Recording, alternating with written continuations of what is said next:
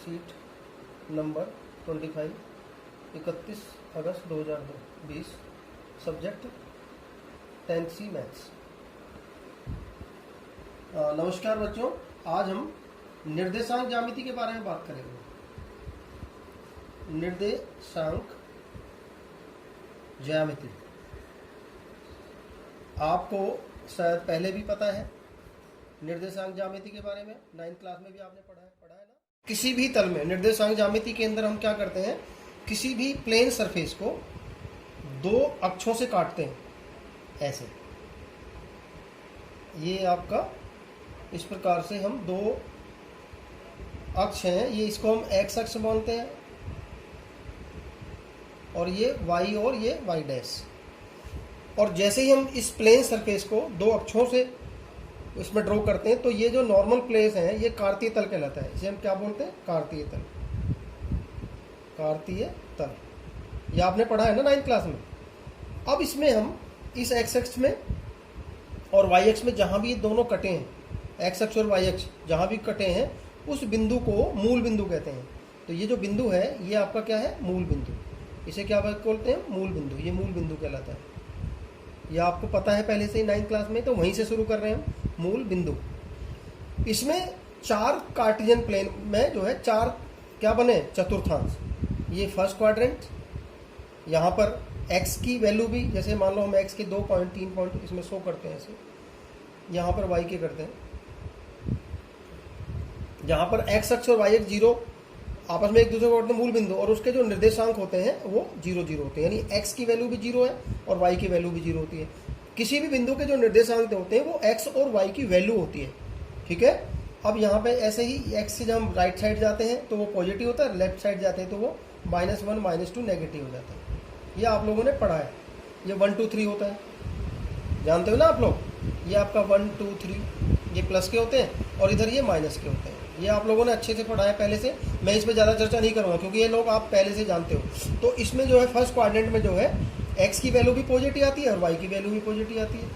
ये भी प्लस का होता है और ये भी प्लस का होता है। ये प्रथम चतुर्थांश है, ये चतुर्थांश कहलाता है,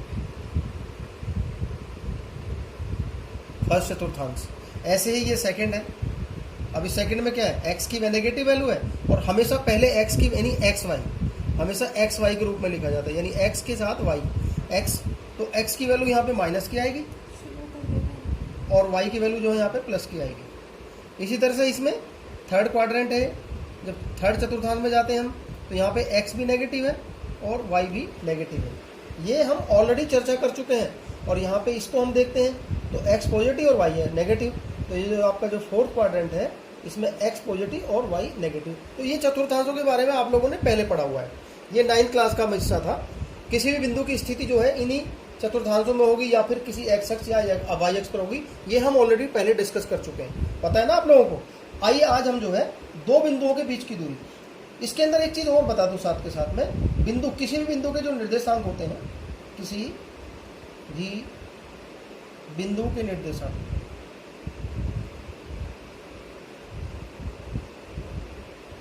किसी भी बिंदु के निर्देशांक ध्यान रखिएगा हमेशा एक्स वाई, क्योंकि वो बिंदु को जो हम किसी निर्देशांक, जैसे मान लो P है, कोई बिंदु P है तो उसको हम P बनाएंगे या एक कुछ भी लिखेंगे, P अल्फाबेट से शो करेंगे।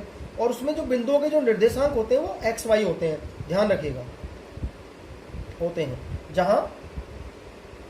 जहाँ x जो है, x का मान जो होता है, x का मान जो होता है वो उसे हम भुज कहते हैं, वो भुजबल कहलाता है। और जो y का मान जो होता है उसे हम क्या बोलते हैं, कोटि कहते हैं। ये भी आप लोगों को पता होनी चाहिए। समझ आ गया ना। जैसे मान लो एक बिंदु है, मान लो एक बिंदु है, एक बिंदु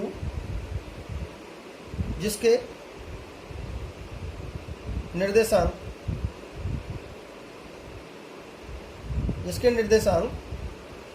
मान लो आपका P23 है, ये आपका 23 है, ठीक है ना।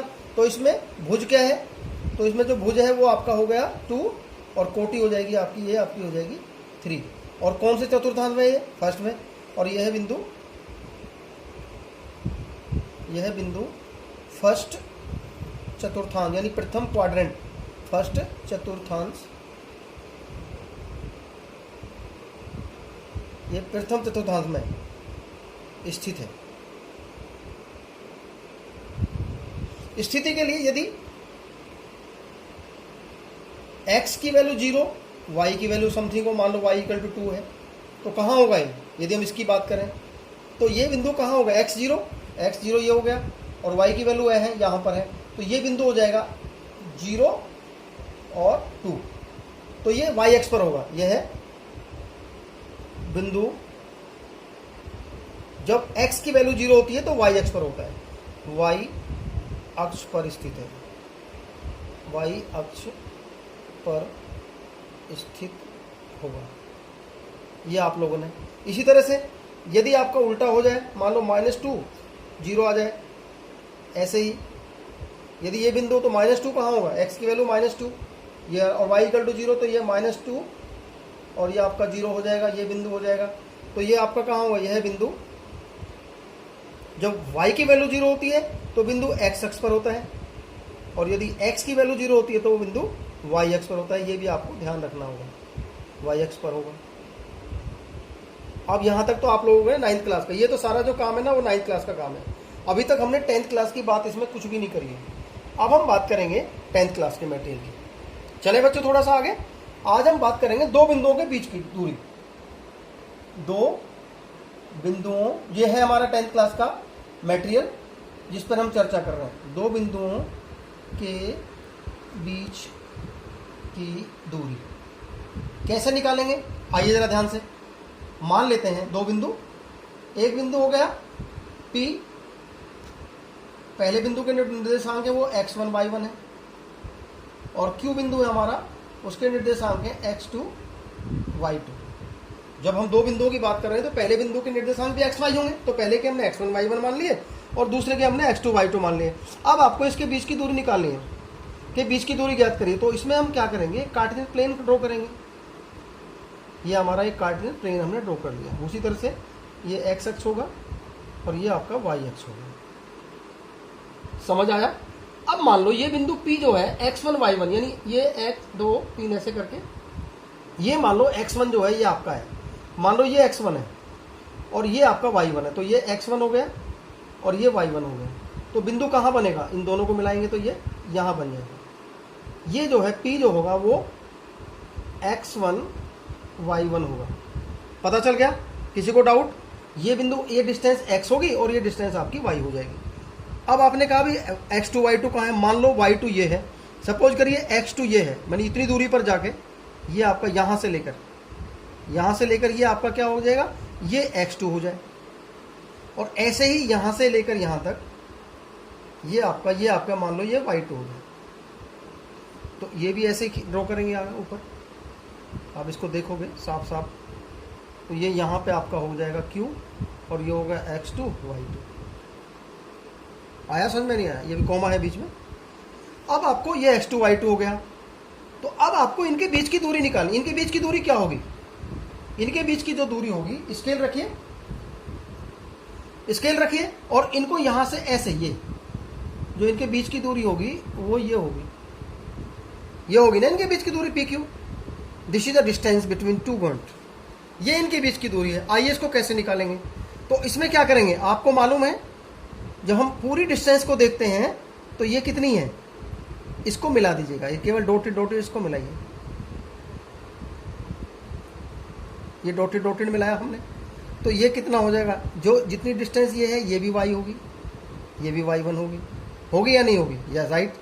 और ऐसे ही ये आपका, अब आगे आप बात करते हैं, ये y1 है ना, तो ये भी y1 हो गया। और ये यहाँ से यहाँ तक x था, ये यहाँ से यहाँ तक कितना था? ये x2 था ना, और ये x1 है, x1 इतना, ये x1, और ये आपका होगा टोटल यहाँ से यहाँ तक x2। तो ये कितनी डिस्टेंस बचेगी? ये हो जाएगी x2 माइनस x1। होगी या नहीं होगी? और जितनी होगी उतनी ये होगी, x2 माइनस x1। या हो सकता है ये उधर हो तो x1 माइनस, जरूरी नहीं है, यानी x2 माइनस x1 होगी या x1 माइनस x2 होगी। हो सकता है कि पहले वाला पॉइंट हमारा अंदर हो, दूसरे वाला बाहर हो, या पहले वाला अंदर हो और पहले वाला बाहर हो, तो उसमें कोई फर्क नहीं पड़ता। ऐसे ही जैसे यहाँ से यहाँ तक ये सारी y2 है, तो और y2, अब इस y2 में से ये चूँकि y2 है तो y2 में से y1 घटाएंगे तो ये कितनी हो जाएगी, ये हो जाएगी y2 माइनस, क्योंकि ये टोटल जितनी यहाँ है वही वहाँ है, y2 माइनस y1 होगी। अब हमें इस डिस्टेंस की बात करनी है, तो इसमें लगा दीजिएगा पाइथागोरस थ्योरम।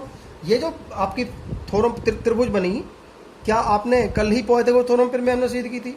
ये आपका हो गया P, ये आपका हो गया Q, और इसका नाम हमने रख दिया R, ये पॉइंट। तो ये कितना है, x2 माइनस x1, और ये कितना है, y2 माइनस y1। अब इसमें पाइथागोरस थ्योरम लगाएंगे तो क्या हो जाएगा, PQ। तो PQ की लंबाई कितनी हो जाएगी, लगाइए PQ की लंबाई। इसमें किसके हिसाब से लगाएंगे, PQ की बीच की दूरी यानी PQ की लंबाई। इसमें पाइथागोरस थ्योरम लगाइए तो 90 डिग्री नहीं है क्या, ये 90 डिग्री बन गया ना। तो लगाइए इसमें PQ स्क्वायर प्लस, तो इसका स्क्वायर प्लस इसका स्क्वायर, तो इसकी लंबाई हो जाएगी, PQ की लंबाई हो जाएगी अंडर रूट में। क्यों, क्योंकि आपने पाइथागोरस थ्योरम पढ़ा है। तो पाइथागोरस थ्योरम को इस्तेमाल कर लेते हैं, पहले पाइथागोरस थ्योरम को इस्तेमाल करेंगे हम। तो वहाँ पर जो है सीधा सीधा x, इसकी लंबाई को हम PQ स्क्वायर ले लेते हैं, x2 माइनस x1 का होल स्क्वायर, और प्लस y2 माइनस y1 का होल स्क्वायर। अब ये y2 माइनस y1 हो या y1 माइनस y2, इसमें घबराने की बात नहीं है। कुछ बच्चे इसको या अब, और जब क्योंकि इसका वर्गमूल निकालेंगे, क्योंकि तो वर्ग है ना, तो इसका वर्गमूल ले दीजिए। जब इसका वर्गमूल लेंगे, या यदि मैंने पहले कहा था कि x2 माइनस x1 ले, या x माइनस, हो सकता है कि ये पहले आ जाए, तो या x1 माइनस x2 का होल स्क्वायर, और प्लस इसी तरह से y1 माइनस y2 का भी होल स्क्वायर हो सकता है। इसमें कोई घबराने की बात नहीं है, यानी ये डिस्टेंस भी वही आएगी और ये डिस्टेंस भी वही आएगी। और ये जो चूंकि लंबाई है तो ये इकाई मानी जाएगी, इसकी जो आएगी जो वो इकाई आएगी। तो यही डिस्टेंस फॉर्मूला है, ठीक है ना, ये स्क्वायर लगाना है यहाँ पे। अब ये जो डिस्टेंस फॉर्मूला है, ये डिस्टेंस फॉर्मूले को इस्तेमाल करके हम किसी भी दो बिंदुओं के बीच की दूरी का इस्तेमाल का हम फाइंड कर सकते हैं। एक सवाल करेंगे अभी यहीं पर, एक क्वेश्चन निकालेंगे। आगे एक क्वेश्चन लेते हैं, ठीक है ना, एक उदाहरण लेते हैं तो आपको अच्छे से समझ में आ जाएगा। जैसे बिंदु 3, 2 व 6, 6 के बीच की दूरी ज्ञात करो। ये दूरी का फॉर्मूला, इसे कहते हैं डिस्टेंस फॉर्मूला, दूरी ज्ञात करो।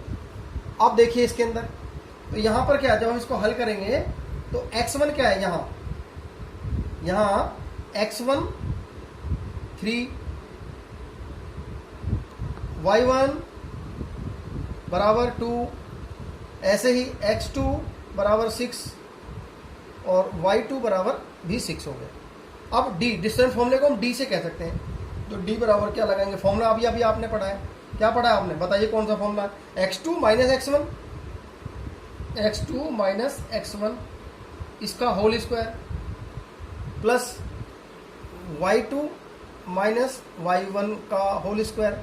अब इसमें रखिए वैल्यू, तो d का मतलब डिस्टेंस, दूरी लगाइए।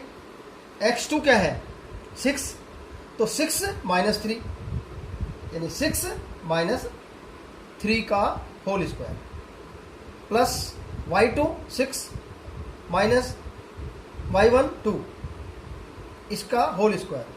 तो d बराबर क्या आ जाएगा, क्या निकला, यहाँ पे 3 में से है तो यहाँ पे 3 का स्क्वायर और यहाँ पे 4 का स्क्वायर, ये आपका कितना हो जाएगा 9 और प्लस 16 d बराबर। और जब d निकालेंगे तो इसका क्या निकालेंगे, 25 का वर्गमूल क्या होता है, d बराबर क्या आ जाएगा 5 और आपको पता है वर्गमूल आपने पढ़ा है, तो जब वर्गमूल निकाल दो एक तो +5 आता है, एक -5 आता है।